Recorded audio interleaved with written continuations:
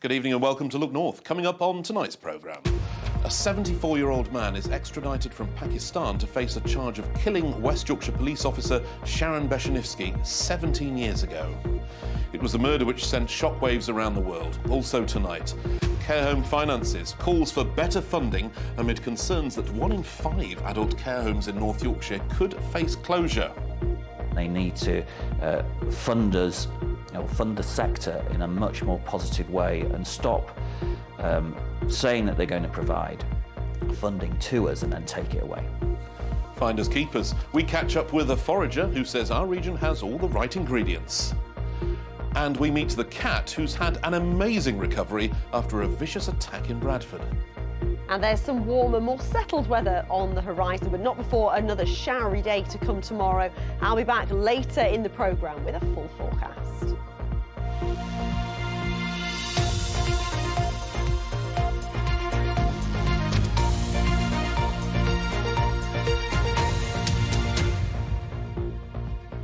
Thank you for joining us. First tonight, nearly 18 years since West Yorkshire Police Constable Sharon Beshenivsky was shot dead on duty, a man has appeared in court charged with her murder. Pirandita Khan was extradited from Pakistan on Tuesday and appeared in Westminster Magistrates Court this morning. The West Yorkshire Police Federation said the persistence to bring all those involved to justice has never wavered, as Kathy Killick reports. Mr. Khan, will you be fighting your extradition? It was 3 years ago in Islamabad that Pirandita Khan was arrested, suspected of involvement in an armed robbery that ended in murder. Now, after detailed negotiations, he's been extradited to the UK to face trial. The crime he's accused of 17 years ago sent shockwaves through Bradford. The fatal shooting outside a travel agent's of Police Constable Sharon Beshenivsky, just 9 months in the job, and the 7th female British police officer to be killed on duty. In 2005, when the murder took place, the travel agents had had a busy day's trading. Sharon Beshenivsky was at the end of her shift, heading home for a birthday party for her youngest daughter, who turned 4 that day. An alarm call came from the travel agents, and Sharon Beshenivsky responded, meeting gunmen in the doorway. She was shot at point-blank range in the chest, and her colleague Teresa Milburn was wounded. Sharon Beshenivsky was declared dead, later in hospital. Look North's crime correspondent at the time, John Cundy, remembers her bravery and shocking death. Police have pledged to finally hunt down one remaining suspect from the gang. She should have gone home at that point, but, being dedicated to her job, she turned the car right round and went back to it. And that was it, you see. Nobody knew at that stage who was involved, how many people were involved, and she literally was assassinated, if you like, is the word, in the opening of the travel agents. 6 members of the criminal gang that carried out the robbery were convicted for their involvement in the crime. But police believe another man was involved and want to see him brought to justice. The Police Federation said today, "We still mourn the loss of Sharon. She will never be forgotten. The persistence to bring to justice all those involved in the murder of PC Beshenivsky has never wavered. I know my colleagues within West Yorkshire will now be watching closely the wheels of justice turning in this case." Sharon's family and friends will also be watching how the trial plays out, while they hold in their hearts the memory of a courageous woman killed trying to keep others safe. Kathy Killick, BBC Look North, Bradford. Now, our other main news tonight. 1 in 5 adult care homes in North Yorkshire is potentially at risk of closing in the next 18 months due to financial pressures. That's according to the Independent Care Group. The government says it plans to invest over £7 billion in the sector across England, but a separate report out today said care workers have been left propping up the system. With this special report, here's David Rhodes. So we start at 7:45 in the morning, that's handover, and then we finish at 8 o'clock at night.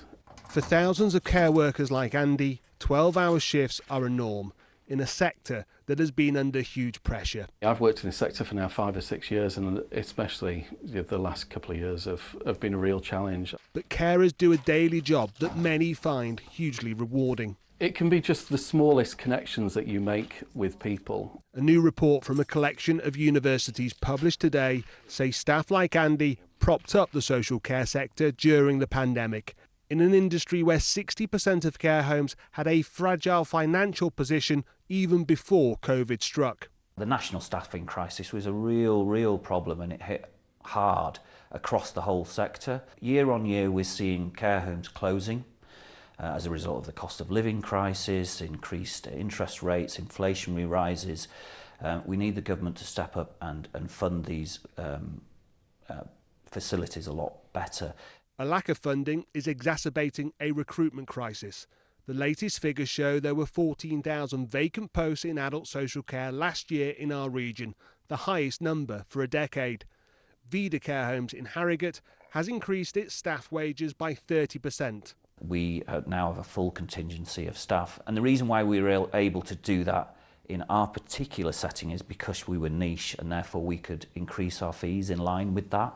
You've put up wages by 30%. You can't keep doing that. We did it as a one hit in terms of we elevated up to a level where people would see this as a seriously aspirational career to be involved with. If you do it properly, it fixes things and it helps the NHS. And I've always said the NHS needs social care as much as social care need the NHS. The problems in the adult social care sector are already impacting on all of us. A backlog of cases is exacerbating the problems that the NHS is currently facing, and every year we are all having to pay more tax to deal with the issues this sector is currently facing. The government says that the social care sector received £2.6 billion in extra funding during the pandemic, and that it plans to spend an additional £7 billion over the next 2 years. It's estimated 50,000 people in Yorkshire are currently waiting to access social care, meaning the pressures on carers like Andy will continue to grow. David Rhodes, BBC Look North, Harrogate. Well, earlier I spoke to Mike Padgham, who chairs the independent care group in York and North Yorkshire. I asked him how worried the industry is about funding for social care. Well, we've been worried for a long time, really. Over many decades, there's been an issue on social care, but the pandemic really brought things to a head. So the sector is very weak at the minute. So unless things change for the future, then we do fear we're going to see more closures at a time when we need more beds, not less. What real difference did the pandemic make? I understand, of course, people always will go the extra mile in the care industry. Is it that goodwill that's evaporated? Is it people leaving? Is it not enough people coming through? What's gone wrong? It's a combination, really. I think people have been tired and burnt out, as the report said that was launched earlier today. But I think that people clapped for carers during the pandemic because they did a fantastic job along with the NHS. But now the pandemic is over, to all intents and purposes, then people seem forgotten social care. So local authorities aren't funded sufficiently to enable them to pay what's needed to provide care. And we're losing staff, 165,000 vacancies nationally. We need to recruit more people, and part of the issue is, of course, people need to be paid better in social care, at least on a par with the NHS. The government say they're putting more money in. What's your reaction to that? Is it enough? They are putting more money in, but when you look at the cutbacks have been, it's nowhere near matches what's been taken out. Just one fact for your listeners is that Jeremy Hunt, when he was in a job earlier before he became Chancellor, said social care needed £7 billion a year just to stand still. It's getting nowhere near that each year, so we're going backwards, not forwards. What is the real root cause, though? Is it people needing to stay longer in a care home? Perhaps people are recognising conditions earlier, moving people into care homes for specialist care, rather than shorter-term stays, which we might have had 10, 20 years ago? I think the problem is there isn't enough investment in prevention, and therefore people are coming to care homes perhaps before they're needed. We need to invest more in care in people's own homes, and then obviously care in care homes. But the problem is, of course, well, it may not really be a problem. We're all living longer, so the need for beds is increasing. The need for social care is increasing. And if we're not there, the NHS can't work efficiently. So people are coming in, but with more challenging conditions. It's harder work for staff, harder work for providers, and we need to incentivise them to stay. And the government has to address the issue, which successive governments have ignored. Social care needs to be on the par with the NHS and funded accordingly. If I wanted to start in the social care industry, what pay might I expect? Well, if you're coming as a carer at the beginning, you might just be a little bit above the national minimum wage, which in my view is not enough. We've got to have social care staff on at least £14 or £15 an hour on a par with the NHS, but that needs more funding from the centre. at a time when the country is seemingly broke. I just might make the point is social care was not fixed when the sun was shining. Now it's not so bright a future. We need to still fund it accordingly, because in the long term it will save money, but we have to spend a bit more in the short term. Mike Padgham, thank you very much indeed for your time. Thank you. You're watching Thursday's Look North. Still to come on tonight's programme, a new play exploring the themes of body image with the help of advanced computer technology is being rehearsed in Sheffield.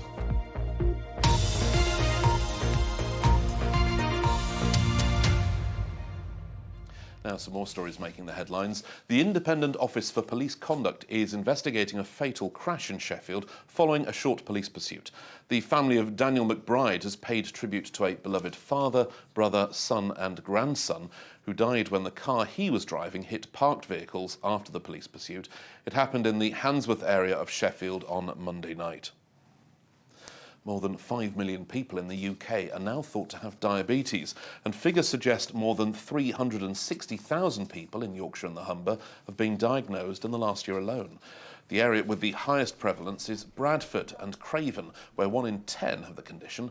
The charity Diabetes UK says this shows why tackling it must be a priority for local health leaders. We're calling on government and local health leaders to deliver firm commitments to diabetes care and prevention, including supporting those people who are identified as high risk of developing type 2 diabetes. The award-winning Black Sheep Brewery is beginning a strategic review which could lead to the business being sold. The independent brewer, based in North Yorkshire, says restraints on funding due to the current economic climate have led to them appointing a financial advisor. It says beer sales are good, but the company wants to take the business forward. The board is now considering all options, which include a merger or sale. And as we build up to the weekend's football fixtures, again, Huddersfield Town manager Neil Warnock has made it clear he has no intention of staying on beyond his commitment to the end of the current season. That, despite him already having steered the Terriers out of the relegation zone for the first time since August. I would if I was sort of 20 years younger. But no, I only work February, March and April.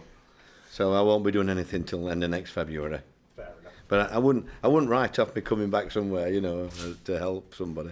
It's a very difficult, you know, you work all your life and you want to see 1 or 2 things, and my wife's been great with me.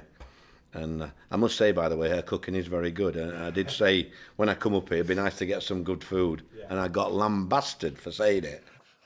I'm not surprised. We will bring you the news if he does get his arm twisted. I bet there's some discussion going on behind the scenes. Now, what would you trade for the perfect body? A new play being rehearsed in Sheffield explores the theme of body image and the concept of perfection and uses advanced computer technology to do it. It's called 5 Years and is based on a survey which suggested 20% of women would exchange 5 years of their life for the ideal shape. Just a warning, there are some flashing lights ahead in this package. Now, we need some specifics. What would you like to achieve from the procedure? A nip and tuck or something more radical? And at what price? For Yasmin, the lead character in 5 Years, giving up some future time means feeling better about the life she's living now. Oh, hang on, I've got a list here. OK, so I'm going to say a size 8. But not a skinny size 8. This idea, this concept that if you could trade 5 years of your life for the perfect body, what would that be like? What would that look like? How would that affect your life? But also about the sort of lead up to that, you know, how you get in that place. Yasmin is played by Hayley, who's also written this dark fantasy about a clinic which delivers the ultimate makeover. I think the point I wanted to make with this play is what are we striving for? Who has told us how we should look, and is it realistic? And maybe we could be putting that energy and time into something more beneficial to our lives. It's all starkly illustrated by an almost holographic projection on stage.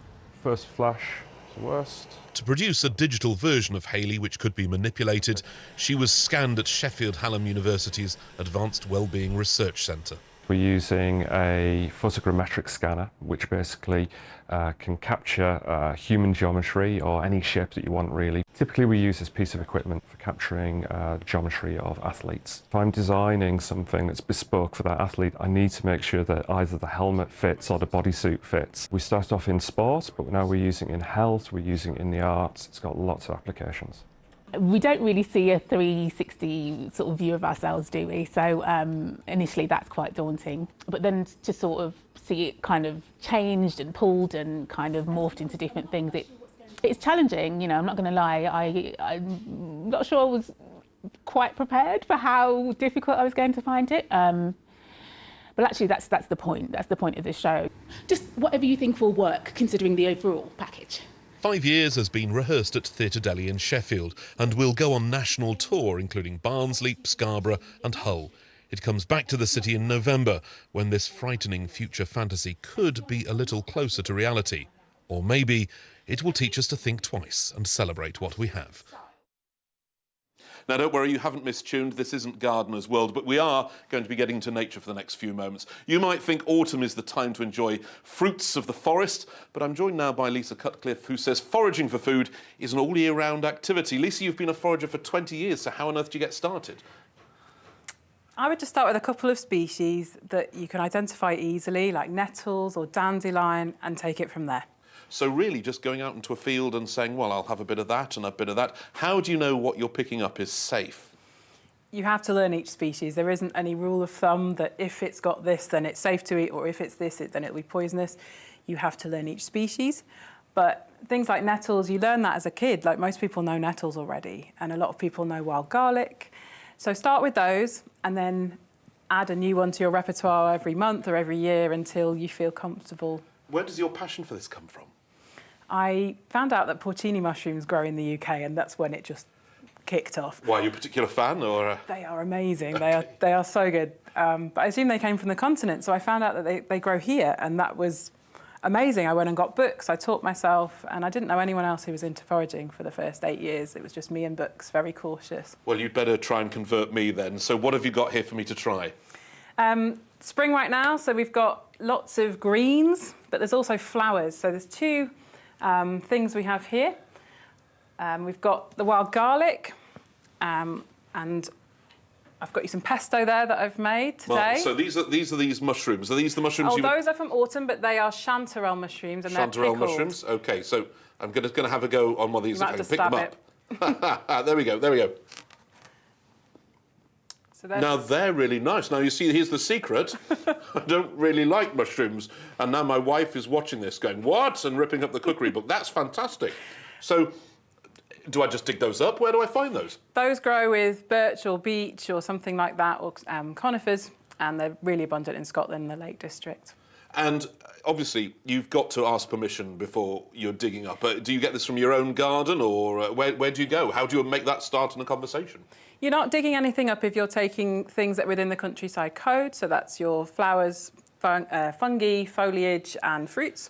But digging things up, yes, you must ask landowner permission. Now, OK, so this one, there's a bit of a flower here. What's the flower? That's a crabapple blossom. It's perfectly edible. And you've put that on a bed of wild, or pesto you've made yourself, but with wild garlic? Wild garlic pesto, and there's hazelnuts in there and some vegan. I've never eaten a flower before. I don't think I have anyway. Sorry, everyone. Oh, that's really nice. I'm sorry I sound surprised. You do sound incredulous. Sorry. Now, how quick do you learn to make these bits and pieces?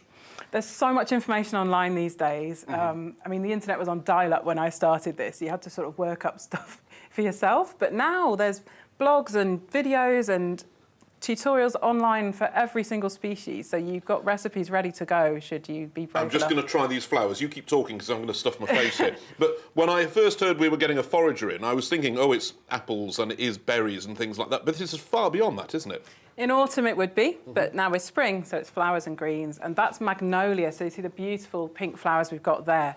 Those have been pickled, and they're amazing with sushi or with cheeses and meats. I might be a convert. Thank you very much indeed. You're welcome to come in again, Lisa. Thank you very much indeed. Thanks for your time, and good luck digging up the next three-course meal. Good to see you. And it was surprisingly tasty. Lisa's welcome to come in again any time. But if you are going out foraging, obviously, we don't want the emails. Be careful what you put in your mouth, won't you? Especially if you're digging it up. Thank you. A firefighter from Leeds is running and cycling the distance from here to Syria. Now, that's almost 3,000 miles to raise money for victims of the earthquake disaster. Hassan Abrar and his friends are over halfway through their 3-month challenge of clocking up at least 5 miles every day. And as practising Muslims, the month of Ramadan brings an even greater challenge. No food, no water, all day. With this story, here's Nicola Rees. I'll race you up the hill, yeah? On your marks. Get set, go. Oh, he's left him. Well, if you have to run every day for 3 months, you might as well try to enjoy it. We did 15 miles last week. I think one of my toenails fell off, calves are hurting. And tomorrow we're doing 18 miles, so that's going to be another tough one. I have to get a big push tonight. For weeks now, Hassan and Azam have been clocking up the miles in Leeds on consecutive days, but they've a long way to go to hit their target. We're raising money for the earthquake appeal, and because it's Turkey and Syria, we decided to run the distance from Leeds to Aleppo via Turkey, which is 2,836 miles. And we're doing that over 83 days, finishing with the Leeds Marathon. I'm puffing and panting already. The hardest part is you get no rest at all. So we're on day 53 of 83. So that's 53 days where we've run every single day consecutively. It's non-stop. It's tough. As if that's not hard enough, it's also the month of Ramadan, and that means these two are running on empty. We're both practicing Muslims. Basically, for the 30-day period, you fast from sunrise to sunset, and that's no water, no food, nothing. You can't hydrate, you can't rehydrate, you can't eat. So it's just adding that extra edge to it, which makes it a lot more difficult. Oh, and don't forget the day jobs. It's business as usual for Hassan. He's a firefighter and he hasn't had his breakfast. Yeah, there's been some tough days. It can be hard, it can be a tough job. Obviously, if we go to an incident, it can get hot. And we can't, obviously, whilst we're fasting, we can't drink. It's 83 days, so sometimes you can train and you get a rest day the next day. But with this challenge, we're not resting. We know that we've got to go out, do another 5 miles the next day. We're going to hopefully go out to Turkey as well and distribute some of what we've raised personally. So I think it just adds and makes it easy for us and gives us that goal and that focus to do what we're doing. Last year we visited Gambia. We've done a challenge for Palestine. This year we wanted to help the people of Turkey and Syria. Obviously the devastation that we've seen in those countries. There's people who are now homeless. So we want to make a difference. Yes, our days might be hard when we're running, but it's nothing compared to what these people are having to go through. 30 days still to go, and the small matter of a marathon. It'll be a walk in the park. Boom. Another 5 miles in the back. Huh? Nicola Rees, BBC Look North, Leeds. Thank you, Nicola. We salute them. I was out of breath just watching that. Now, we all know that cats are great survivors, hence them, of course, having 9 lives. But here is one that has made a miraculous recovery. This is Rosa, who, believe it or not, had fiberglass resin poured over her. Well, she's now in the hands of the Bradford Catwatch team, and they've spent almost £1,500 on surgery and treatments. So here's Katie Lloyd to tell you Rosa's amazing story. The day Rosa came into our care, we'd already set up an isolation for us in our intensive care. We pre-warned the vets that we had an extremely ill cat coming to us, and she was severely dehydrated, emaciated like you wouldn't know. We were just horrified by what we saw. We believe it was fiberglass resin. Initially, we thought it was accidental, because it wasn't for a couple of days that we realised that the severity of her injuries. For the last 9 weeks, she has been having dressings done every day on all 4 legs up until about 10 days ago, and she's now dressing free. She's adorable. She's on my shoulder now purring. She's playful, she's happy, she's bright. She's done amazing, and she's such a sweet little thing. We do hope eventually that when Rosa's fully recovered, that she will find a perfect and permanent home. Oh, what a wonderful story. Congratulations to everyone looking after Rosa, and fingers crossed she makes a full recovery and goes to a good home. It's been a real mixed bag of weather today. I'm starting to believe this spring, what that came a couple of weeks ago, was completely false, Keely. Please, do something to lance my scepticism. Tell me it's getting better. It is getting better, actually, Tom. Yeah, you said that before. Well, it's getting better again. Oh, right, OK. In the short term, though, it is going to be rather showery. More on those showers in a moment. Let's have a little look at some of the photos that have been coming in. It has been a mixed bag today, but you've managed to capture some of the sunnier spells.